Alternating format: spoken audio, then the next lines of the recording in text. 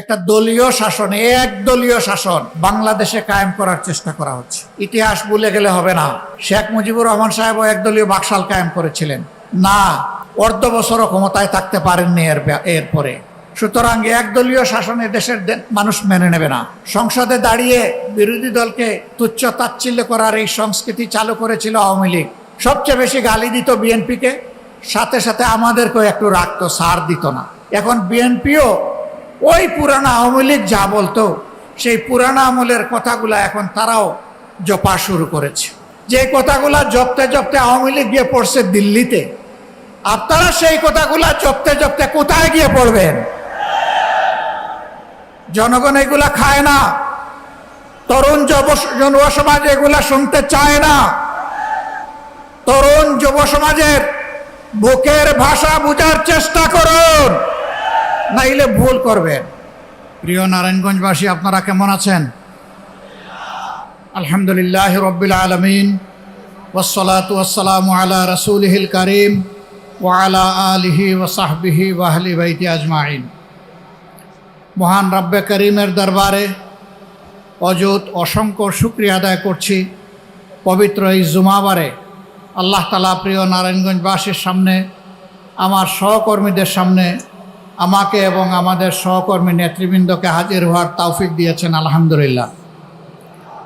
আজকের এই বিশাল কর্মী সম্মেলনের প্রিয় সম্মানিত সভাপতি, নারায়ণগঞ্জ মহানগরী সম্মানিত আমির, সাবেক ছাত্রনেতা জনাব মাওলানা আব্দুল জব্বার, মঞ্চে বসা কেন্দ্র থেকে আগত সম্মানিত নেতৃবৃন্দ, স্থানীয় নেতৃবৃন্দ, প্রিয় সহকর্মীবৃন্দ এবং সাংবাদিক বন্ধুগণ, জুমাবার একটু পরে ইনশাআল্লাহ আজান আমরা শুনব, মসজিদের দিকে আমরা রওনা করব। অল্প কয়েকটি কথা বলেই আজকে বিদায় নিতে চাই। আমার বক্তব্যের সূচনায় আমি গভীর কৃতজ্ঞতা জ্ঞাপন করছি 47, 52, 71 এবং 24-এ যারা বুক চিতিয়ে লড়াই করে বিভিন্ন সময় আমাদেরকে স্বাধীনতা, মুক্তি এবং শান্তির সুবার্তা দিয়েছেন। বিশেষ করে 24-এ যারা লড়াই করে শহীদ হয়েছেন, আমি সেই শহীদ পরিবারগুলোর প্রতি গভীর কৃতজ্ঞতা জ্ঞাপন করছি এবং আল্লাহর দরবারে মকবুল শহীদ হিসাবে এই সমস্ত শহীদদেরকে গ্রহণ করার জন্য আরজ করছি। যারা আহত পঙ্গু হয়েছেন, মহান রবের দরবারে দোয়া করে আল্লাহ তাআলা তাদেরকে সুস্থতার নিয়ামত দান করুন। এখন আমরা যারা সরকারে যারা আছেন এবং বিরোধী দলে আমরা যারা আছি, আমাদের মনে রাখতে হবে 24 হয়েছিল বলেই 26 সালে বাংলাদেশে একটা নির্বাচন হয়েছে। 24 যদি না হতো 26 সালে বাংলাদেশে কোনো নির্বাচন হওয়ার কথা ছিল না। সুতরাং যাদের রক্ত এবং ত্যাগের কারণে আজকের এই সংসদ, সরকার, বিরোধী দল, তারা যদি এই সমস্ত শহীদ পরিবার, আহত পঙ্গু ভাই বোনদের প্রতি অবজ্ঞা এবং উপহাস করেন, অবহেলা প্রদর্শন করেন, এটি নিজের সাথেই গাদ্দারির সামিল হবে। আমরা অনুরোধ করব এই সমস্ত লড়াকু যোদ্ধাদের অবদানকে কেউ যেন খাটো করে মেহরবানি করে না দেখেন। সম্মানিত বন্ধুগণ, এই নারায়ণগঞ্জবাসীকে আমরা আন্তরিক অভিনন্দন জানাই। বিগত নির্বাচনে হাজার জালিয়াতি, সন্ত্রাস, কালো টাকার ছড়াছড়ি, ভয়ভীতি প্রদর্শন, হাজার জাতের মেকানিজম, ইঞ্জিনিয়ারিং, সব কিছুকে উপেক্ষা করে আপনারা 11 দলীয় ঐক্যকে একটা আসন কমপক্ষে আপনারা উপহার দিতে পেরেছেন। এই জন্য আপনাদেরকে অভিনন্দন। আমরা বিশ্বাস করি নির্বাচন যেভাবে সুষ্ঠু হয়েছিল, তার ভোট গণনা এবং রেজাল্ট যদি, ফলাফল যদি সেইভাবে সুষ্ঠু হতো, অন্য আসনটিতেও অবশ্যই জোটের বিজয় হতো। হ্যাঁ, বিজয় ছিনতাই করে নেওয়া হয়েছে। আমার সম্মানিত সহকর্মী উদাহরণ দিয়েই বলেছেন কিভাবে নেওয়া হয়েছে এবং কারা এর রাজ সাক্ষী। তারপরেও কেন আমরা এই রায় মেনে নিলাম? অনেকের আমাদের উপরে অভিমান, আপনারা এই রায় মেনে নিলেন কেন? আমরা তাদেরকে বলেছি 17.5 বৎসর দেশ ছিল স্বৈর শাসনের কবলে। এরপরে একটা নির্বাচন হয়েছে, নির্বাচনে তো জনগণ ভোট দিয়েছে। নির্বাচনের আগে তো বাসে, গাড়িতে, লঞ্চে, রাস্তাঘাটে, রাজপথে সব জায়গায় একই আওয়াজ উঠেছিল, দাঁড়িপাল্লা, দাঁড়িপাল্লা। একদিনে দুটো ভোট হয়েছে, একটি সংসদ সদস্য হিসাবে নির্বাচনের ভোট, আরেকটি সংস্কার পরিষদের সদস্য হিসাবে গণভোট। আমাদের অবস্থান সুদৃঢ় ছিল, আমাদের মার্কা এবং গণভোটে হায়ের পক্ষে। বর্তমান সরকারি দল প্রথমে হায়ের পক্ষে ছিল না, তারা চুপ ছিল, নীরবে নীরবে তারা নায়ের পক্ষে ক্যাম্পেইন করেছিল। এরপরে জনরোষের মুখে পড়ে তাদের নেতাও কমপক্ষে একবার শহীদ আবু সাইদের এলাকায় গিয়ে বলতে বাধ্য হয়েছিলেন, 12 তারিখ 2টি ভোট, একটা গণভোট আর একটা জাতীয় সংসদের ভোট, আপনারা গণভোটে হাতে ভোট দেবেন।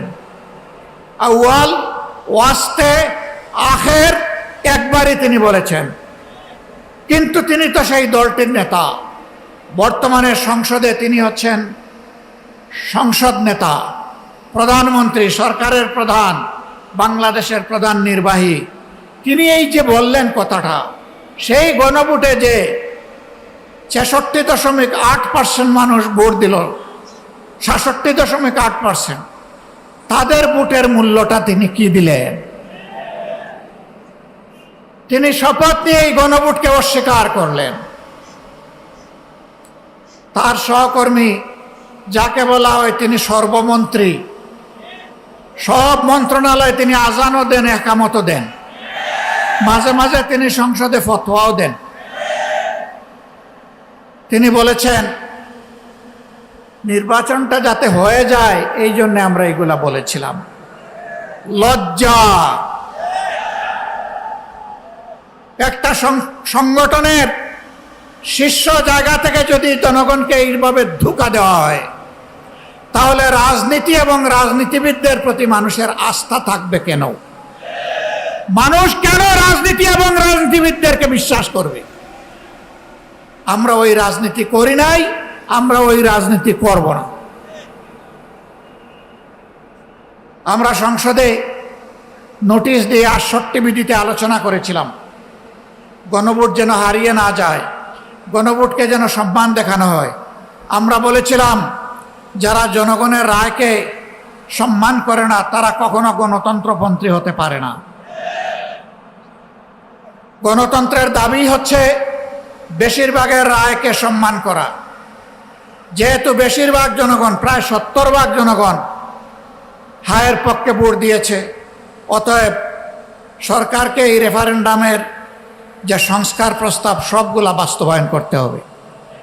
তারাও বলেছিলেন ভোটের আগে জনগণ যদি হায়ের পক্ষে রায় দেয় তাহলে যেই সরকার গঠন করুক আমরা এই জনরায় পরিপূর্ণ করতে, মানতে আমরা বাধ্য থাকব। এখনো আহ্বান জানাই, সময় আছে, ফিরে আসেন, রেফারেন্ডাম মেনে নিন, মানুষের রায়ের প্রতি সম্মান দেখান। নইলে মনে রাখবেন, মানুষের রায়কে উপেক্ষা অগ্রাহ্য করে জোর করে যদি শাসন ব্যবস্থা চালাতে চান, এই জনগণ আপনাদের সামনে হিমালয় পর্বত হয়ে দাঁড়িয়ে যাবে। যে আমাদের রায়কে মানেন না, তাইলে এই দেশ আপনারা কিভাবে শাসন করবেন? জবাব দিতে পারবেন না। জনরায়কে সম্মান করুন। সম্মানিত ভাই এবং বন্ধুগণ, ইতিমধ্যে সরকার অনেক অঘটন ঘটিয়ে ফেলেছে। কেন্দ্রীয় ব্যাংকের গভর্নর নিয়োগ, ইসলামী ব্যাংক সহ বিভিন্ন ব্যাংকের দিকে কালো হাত, বিশ্ববিদ্যালয়ের যোগ্য বিসিদেরকে সরিয়ে দিয়ে দলের একান্ত অনুগত দলের কর্মীদেরকে বিসি হিসাবে বসায় দেওয়া, জেলা পরিষদের মতো গুরুত্বপূর্ণ জায়গায় নিজেদের দলীয় ক্যাডার এবং নেতাদেরকে প্রশাসক হিসেবে বসিয়ে দেওয়া, এইভাবে একটা দলীয় শাসন, একদলীয় শাসন বাংলাদেশে কায়েম করার চেষ্টা করা হচ্ছে। ইতিহাস ভুলে গেলে হবে না। শেখ মুজিবুর রহমান সাহেবও একদলীয় বাকশাল কায়েম করেছিলেন না, অর্ধ বছরও ক্ষমতায় থাকতে পারেননি এরপরে। সুতরাং একদলীয় শাসনে দেশের মানুষ মেনে নেবে না। সংসদে দাঁড়িয়ে বিরোধী দলকে তুচ্ছ তাচ্ছিল্য করার এই সংস্কৃতি চালু করেছিল আওয়ামী লীগ। সবচেয়ে বেশি গালি দিত বিএনপিকে, সাথে সাথে আমাদেরকেও একটু রাখতো, সার দিত না। এখন বিএনপিও ওই পুরানা আওয়ামী লীগ যা বলতো সেই পুরানা আমলের কথাগুলা এখন তারাও জপা শুরু করেছে। যে কথাগুলা জপতে জপতে আওয়ামী লীগ গিয়ে পড়ছে দিল্লিতে, আপনারা সেই কথাগুলা জপতে জপতে কোথায় গিয়ে পড়বেন? জনগণ এগুলা খায় না, তরুণ যুব সমাজ এগুলা শুনতে চায় না। তরুণ যুব সমাজের বুকের ভাষা বুঝার চেষ্টা করুন, নাইলে ভুল করবেন। আমরা আশা করতে চাই সরকার তারা নিজেদের ভুল নীতি পরিহার করে জনকল্যাণমূলক জনবান্ধব নীতিতে ফিরে আসবে। সম্মানিত ভাইয়েরা, একটা বড় বাজেট দেওয়া হয়েছে, অসুবিধা নাই। বাজেট দেওয়ার দায়িত্ব সরকারের, বাস্তবায়ন করার দায়িত্ব সরকারের। শুধু এতটুকু বলবো, গত 15.5 বছর এই বাজেট থেকে যেভাবে আওয়ামী লীগ আর তার দূষররা 29 লক্ষ কোটি টাকা চুরি করে নিয়ে গিয়েছিল, সেই পথে আপনারা হাঁটবেন না। তবে কিভাবে আস্থা রাখবো? কারণ সরকার গঠন করার আগে এবং পরে আপনারা তো চাঁদাবাজদের হাত আপনারা আটকাইতে পারেন নাই। একটা চাঁদাবাজকে আপনারা শাস্তির আওতায় আনেন নাই। ঘুষ দুর্নীতি বন্ধ করেন নাই, বরঞ্চ তার মিটার আগের থেকে বেড়ে গেছে। যদি এই অবস্থা জারি থাকে তাহলে জনগণের জায়গায় তার ভাগ্য নিয়ে কুমড়ি খাবে। আর কিছু দলকানা কিছু মানুষ এবং কিছু গোষ্ঠীর হয়তো ভাগ্যের পরিবর্তন হবে। বাংলাদেশ আর এটা দেখতে চায় না। নারায়ণগঞ্জ একসময় এটাকে প্রাচ্যের ডান্ডি বলা হতো। এটা ছিল শিল্পের রাজধানী, ঢাকা ছিল প্রশাসনিক রাজধানী, নারায়ণগঞ্জ ছিল শিল্পের রাজধানী, চট্টগ্রাম ছিল বাণিজ্যিক রাজধানী। ঢাকার জায়গায় আছে। নারায়ণগঞ্জ তার গৌরব হারিয়ে ফেলেছে, বরঞ্চ মাঝখানে এটা সন্ত্রাসের রাজধানী হিসাবে পরিচিত হয়েছিল। তো কি আপনাদেরই ছেলে, তার হত্যার বিচার কি এই নারায়ণগঞ্জের মানুষ আজ পর্যন্ত পেয়েছে? পায়নি। শুধু কি তকি 8 খুনের কথা কি আমরা ভুলে যাব? এরকম দফায় দফায় ছোপ রক্ত আর খাড়ি খাড়ি লাশ এই নারায়ণগঞ্জে উপহার দেওয়া হয়েছিল। এবং কোনো নেতা হুঙ্কার দিয়ে বলতেন খেলা হবে। এখন কার বিরুদ্ধে খেলতেছেন? এখন কোন মাঠে খেলতেছেন? এখন কি তারা নারায়ণগঞ্জে আছে? এখন কি আর বলে খেলা হবে? হুঙ্কার দেওয়া ভালো নয়। অহংকার আল্লাহ তাআলার চাদর, আল্লাহ তাআলা পছন্দ করেন না এটা নিয়ে কোনো মানুষ টানাটানি করুক। অহংকারীরা তাদের কিছুটা পাওনা পেয়েছে, বাকি পাওনাটাও তারা পাবে, এটা দেশবাসী দেখতে চায়। নতুন করে ওই রকম কোনো গডফাদার এখানে তৈরি হোক, আমরা এটা চাই না। কিন্তু মানুষের মনে বুবা কান্না। আমি এখানে আসার আগেই নারায়ণগঞ্জের বিশিষ্ট কিছু ব্যবসায়ী বন্ধুদের সাথে বসেছি। একটুখানি সময় তাদের কথা শুনলাম। কি যেন একটা আতঙ্ক তাদেরকে তাড়া করছে। তারা বুক বড় করে মুখ খুলে কথা বলতে চান না। তাদের চোখের ভাষা বোঝা যায়, কিন্তু টুটের ভাষা অস্পষ্ট। শেষ পর্যন্ত একজন নিরাপত্তা ভেঙে বলেই ফেললেন, আমরা ভালো নেই। এই চাঁদাবাজরা ভালো থাকতে দিচ্ছে না। এই চাঁদাবাজ কারা, কোন দলের? নারায়ণগঞ্জবাসী আপনারা এদেরকে চিনেন কিনা? দলের নেতা হয়ে বলা হবে আমরা দুর্নীতির টুটি চেপে ধরব, আর ঘরে ঘরে চাঁদাবাজদেরকে লেলিয়ে দিবেন। কথার সাথে কাজের মিল নেই। আবার তারাই আমাদেরকে কুটা দেন, হাজার জাতের কুটা। আমরা নাকি কোথায় জান্নাতের টিকিট বিক্রি করেছি। আচ্ছা, আপনারা কেউ কি জান্নাতের কোনো টিকিট বিক্রি করেছেন? আপনাদের কাছে কি কেউ কোনো জান্নাতের টিকিট বিক্রি করেছে? আপনারাও বিক্রি করেন নাই, আপনাদের কাছেও বিক্রি করেন। জান্নাতের টিকিট কারা বিক্রি করেছে? যারা ইলেকশন করতে গিয়ে বলেছে এই মার্কায় ভোট দিলে আপনারা জান্নাত পাবেন। সেই ভিডিওগুলা কি হারিয়ে গেছে? হারিয়ে যায় না। কারা বিক্রি করেছে? বলেছে অমুক নেতার নাম ডেইলি 100 বার নিলে আপনি জান্নাতে যাবেন। তারা আরেক ধাপ অগ্রসর হয়ে বলেছে আমাদের অমুক নেতার নাম নেওয়ার আগে উজু করা লাগবে। এই কথাগুলি কি আমাদের নেতারা কেউ বলেছেন? কর্মীরা কেউ বলেছেন? আপনারা কেউ বলেছেন? কেউ বলে নাই। তাহলে বিষয়টা কি? বিষয় হলো চুরের মার বড় গলা। এক চুরের কাহিনী শুনেছিলাম, গরু চুর। সে গরু চুরি করে নিয়ে আসে। মালিক ধনী না, গরিব মানুষ। খবর পাইছে অমুক জায়গায় তার গরু দুটো আছে। আর সে আইসা শুনছে যে ওই চুরের একজন বৃদ্ধ মা আছে। সে বাড়িতে গিয়ে মায়ের পায়ে ধরছে, ধরে বলে মা আমি একজন গরিব মানুষ, আমার 3টে সন্তান, 5 জনের পরিবার। আমি বর্গা চাষ করে মানুষের জমিতে যা একটু পাই তাই দিয়ে চলি। আপনি আমার মায়ের মতো, আমারে একটু মায়া করেন, দয়া করেন। কই কি দয়া করব, কি মায়া করব? কই যে আপনার ছেলে আমার 2টা গরু নিয়ে এসেছে, আমি ধার দেনা করে কিছু টাকা নিয়ে এসেছি, একটু এইগুলা রেখে আমার 2টা গরু দিয়ে দেন। কই বেটা তোমার মাঝে কিন্তু বিচার ইনসাফ নাই। কই মা আমি কি বেইনসাফি করলাম? কই যে আচ্ছা বলো আজকে তুমি কত টাকা নিয়ে এসেছো? তো সে সামান্য একটু টাকার কথা বলছে। তো জিজ্ঞেস করতেছে আমার ছেলেটা যদি ওখানে হাতে নাতে ধরা খাইতো তাইলে তাকে কি 2-1টা কম দিতা?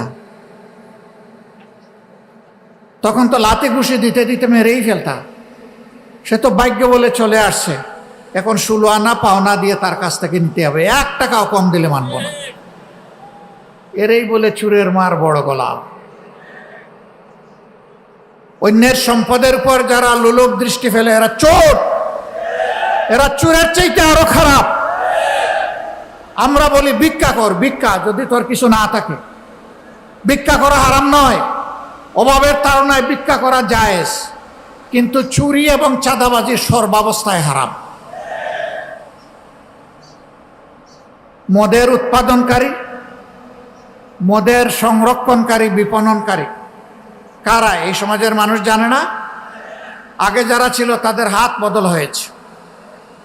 আগে বিভিন্ন জায়গার দখলদারি, হাট বাজার মহাল যাদের ছিল এখন জাস্ট হাত বদল হয়েছে।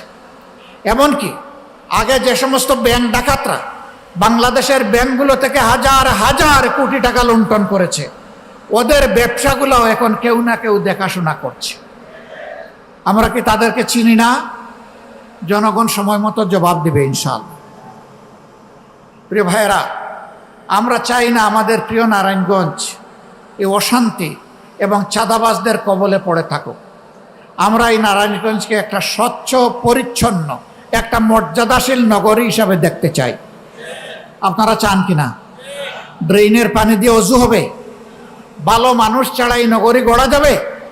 এমন মানুষের প্রয়োজন হবে যে আল্লাহকে ভয় করে, যে মানুষের হকের দিকে তাকায়ও না, হাতও দেয় না, বরঞ্চ যার হক চৌকিদারি করে তার হক তার হাতে পৌঁছে দেবে। সেই মানুষ ছাড়া কি আমরা শান্তির, অগ্রগতির, নিরাপদ নারায়ণগঞ্জ নগরী গড়তে পারবো? পারবো না। শত বাধা উপেক্ষা করে আমরা অসৎ নেতৃত্বের পরিবর্তন ইনশাআল্লাহ বাংলাদেশে করব। সৎ নেতৃত্ব কায়েম করব। নেতাদের কপাল বড় করার জন্য নয়, গড়ার জন্য নয়, বরঞ্চ জনগণকে তার অধিকার ফিরিয়ে দেওয়ার জন্য। এই নারায়ণগঞ্জ মহানগরীতে আমরা দাবি করি অনতিবিলম্বে অনির্বাচিত প্রশাসক সরিয়ে দিয়ে এখানে নির্বাচন দেওয়া হোক। আগামী নির্বাচনে ইনশাআল্লাহ জনগণের দল বাংলাদেশ জামাতে ইসলামী এখানে ক্যান্ডিডেট দেবে। আপনারা কি চান? কি সত্যি আপনারা চান? আলহামদুলিল্লাহ, আমরা আজকে আপনাদের কাছে সেই রকমই একটা মানুষ উপহার দিয়ে যাচ্ছি।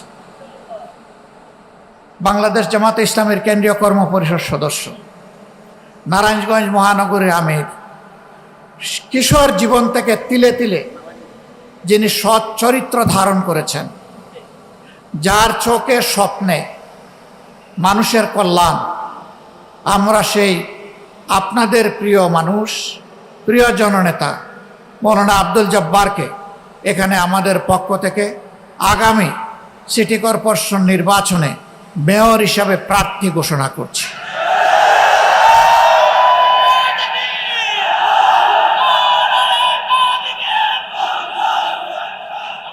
সংগ্রামী সহকর্মীবৃন্দ, অনেক দল প্রার্থী ঘোষণা করেছে, আরো অনেকে করবে। আমরা সবাইকে সাধুবাদ জানাই। রাজনীতির সুস্থ ময়দানে গণতান্ত্রিক পরিবেশে এই নির্বাচন যেন হয়, আগামীতে যেন কোনো চুরি ডাকাতি না হয়, ভোট জালিয়াতি না হয়, হুমকি ধমকি দেওয়া না হয়, কালো টাকার ছড়াছড়ি না হয়, নির্বাচন ইঞ্জিনিয়ারিং না হয়। সুষ্ঠু নির্বাচন হলে আমরা বিশ্বাস করি নারায়ণগঞ্জবাসী একজন সৎ, দক্ষ, যোগ্য, পদাবিরু মানুষকে ইনশাআল্লাহ তাদের নেতা হিসেবে নির্বাচিত করবে। সেই সাথে আমরা ঘোষণা দিচ্ছি 27টি ওয়ার্ডের প্রত্যেকটি ওয়ার্ডে ইনশাআল্লাহ আমরা জনগণের সেই আকাঙ্ক্ষা পূরণ করতে পারে সেই রকম যোগ্য মানুষও আমরা ইনশাআল্লাহ জনগণকে উপহার দেব। আমরা আপনাদের সহযোগিতা চাই। এখন থেকে জনগণের কাছে এই দাওয়াত, এই আওয়াজ নিয়ে যেতে হবে যে দেশ গড়তে হলে সুন্দর নারায়ণগঞ্জ, নিরাপদ নারায়ণগঞ্জ, শান্তির নারায়ণগঞ্জ, অগ্রগতির নারায়ণগঞ্জ, শিশুর নারায়ণগঞ্জ, বৃদ্ধের নারায়ণগঞ্জ, মায়ের নারায়ণগঞ্জ, ভাইয়ের নারায়ণগঞ্জ, শ্রমিকের নারায়ণগঞ্জ, ব্যবসায়ীর নারায়ণগঞ্জ, সেই নারায়ণগঞ্জ যদি আমরা করতে চাই তাহলে অবশ্যই সৎ, যোগ্য এবং পদাবিরু মানুষদেরকে আগামীতে নির্বাচিত করতে হবে ইনশাআল্লাহ। আপনাদেরকে মোবারকবাদ। যারা এখানে এসেছেন, শহীদ পরিবারের সম্মানিত সদস্যবৃন্দ সহ এখানে বাংলাদেশ ইসলামী ছাত্র শিবিরের কেন্দ্রীয় সভাপতিও এসেছেন নুরুল ইসলাম সাদ্দাম, আমরা সবাইকে আন্তরিক অভিনন্দন জানাচ্ছি। প্রিয় নারায়ণগঞ্জবাসী, আমরা আপনাদের সাথে আছি, আপনারা ইনশাআল্লাহ আমাদের সাথে থাকবেন। আল্লাহ হাফিজ। বাংলাদেশ জিন্দাবাদ। বাংলাদেশ জামাতে ইসলামী জিন্দাবাদ। আসসালামু আলাইকুম ওয়া রাহমাতুল্লাহ।